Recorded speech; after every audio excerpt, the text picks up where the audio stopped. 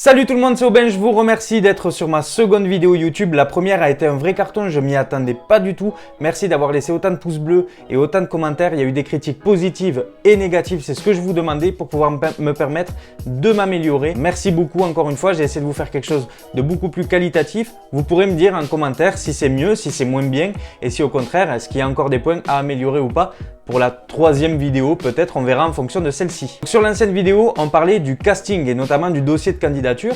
C'est un contenu qui vous a plu parce que vous êtes nombreux à vouloir postuler pour Koh Lanta. Moi par contre, sur cette seconde vidéo, ça va être un peu plus personnel. Je vais vous parler des 5 secrets que je n'ai jamais révélés par rapport à mon Koh Lanta. Ces 5 choses, il y a très peu de personnes qui sont au courant, mon entourage proche et Léa bien sûr, mais sinon c'est pas des choses que j'ai révélées à la presse ou que j'ai étalées sur Instagram parce que je voulais les garder pour moi et les ressortir un peu plus tard et c'est l'occasion pour cette deuxième vidéo YouTube.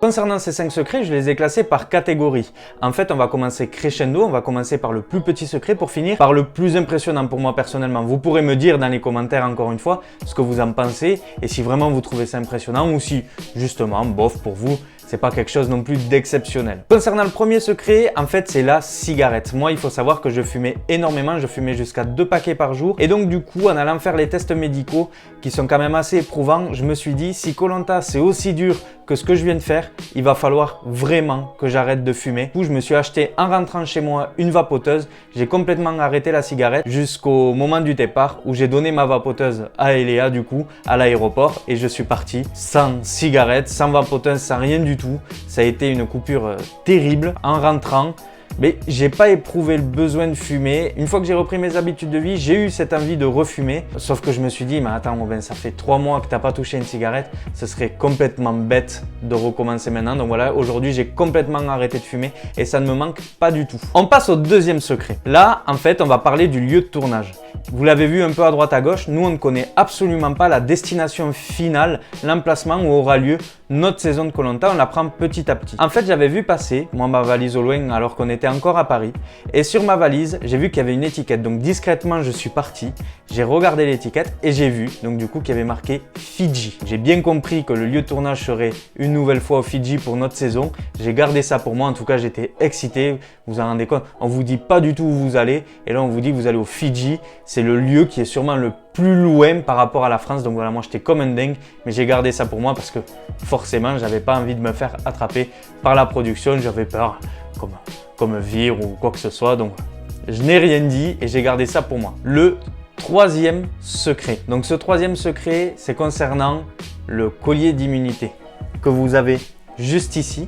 Ce collier, vous l'avez vu, il m'a été livré avec un papier. Ce papier-là, en fait, une fois que je l'ai trouvé, je savais pas quoi en faire. Et donc, du coup, je demande au journaliste qui m'accompagnait au moment où je trouve le collier, qu'est-ce que je devais en faire? Est-ce que je devais le rendre à la production ou le garder? Je ne savais pas du tout. Et il m'a dit non, vous le gardez, vous en faites ce que vous voulez. Et ils s'en vont. On a très peu d'interaction déjà avec les journalistes, mais moi là, il m'avait répondu. Et je savais pas quoi en faire. J'ai paniqué. Dans une ancienne saison, j'avais vu qu'une candidate s'était fait avoir parce que justement, le papier était parti dans l'eau et donc, du coup, les autres aventuriers l'avaient découvert, etc. Donc, moi, j'ai décidé de le manger. J'ai commencé à le déchirer en petits morceaux et j'ai essayé de le manger. C'est bête, j'aurais dû le cacher et je l'aurais peut-être encore aujourd'hui. Sauf que j'ai pas du tout pensé à ça. À ce moment-là, j'ai paniqué et donc j'ai essayé de le manger. Quand j'ai vu que j'arrivais pas du tout à l'avaler et que c'était dégueulasse, mais du coup, je l'ai juste déchiré en plein de petits morceaux et je l'ai caché sous un caillou. Donc voilà, j'ai un peu de regret parce que c'est vrai que ce papier, il aurait été super sympa dans le décor. Mais bon, du coup, il y a encore ce petit papier déchiré sous un caillou au Fidji et il n'y a que moi qui connais l'emplacement. Donc j'irai peut-être le récupérer un jour, qui sait. Le quatrième secret,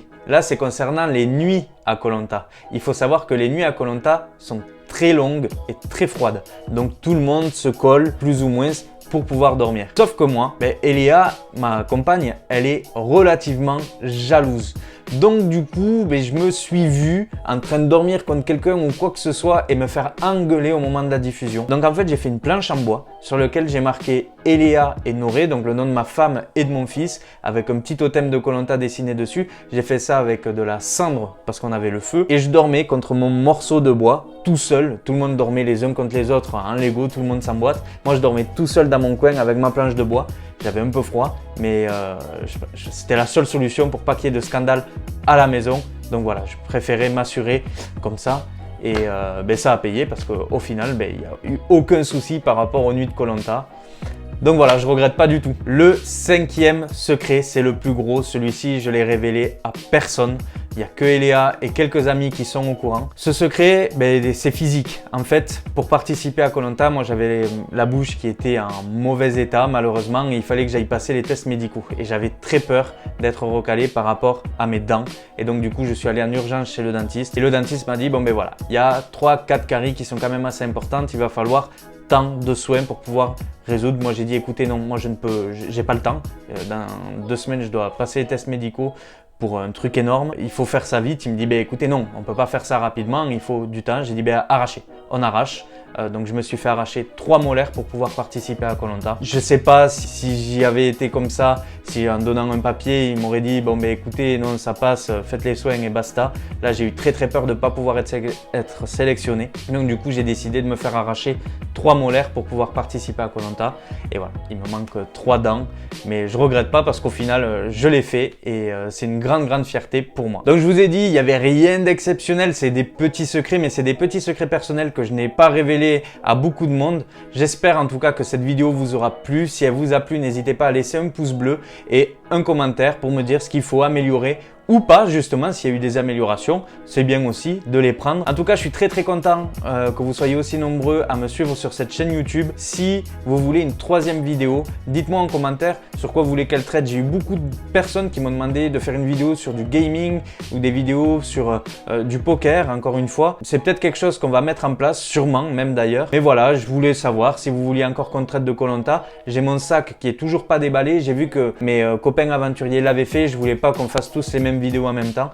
Donc si vous êtes intéressé pour que je vide mon sac de Koh Lanta, on le fera ensemble sur cette chaîne. Et si vous avez d'autres idées, n'hésitez pas. Mais en tout cas, je vous remercie de me suivre et de me soutenir autant. C'est vraiment un gros plaisir. Voilà les amis, cette vidéo est maintenant terminée. Je vous remercie pour le visionnage. Vous pouvez me laisser un pouce bleu et vous abonner. On va commencer à réfléchir pour la 3e vidéo. En tout cas, si vous n'avez pas vu ma première vidéo sur le formulaire de casting de Koh Lanta, n'hésitez pas à checker. Je vous mets le lien juste ici. C'est une vidéo qui va vous donner 2-3 conseils pour vous permettre de postuler et de faire le meilleur dossier de candidature pour participer à Koh Lanta ou d'autres castings. Ça peut être le casting Pékin Express ou d'autres émissions. Il n'y a aucun souci sur ça.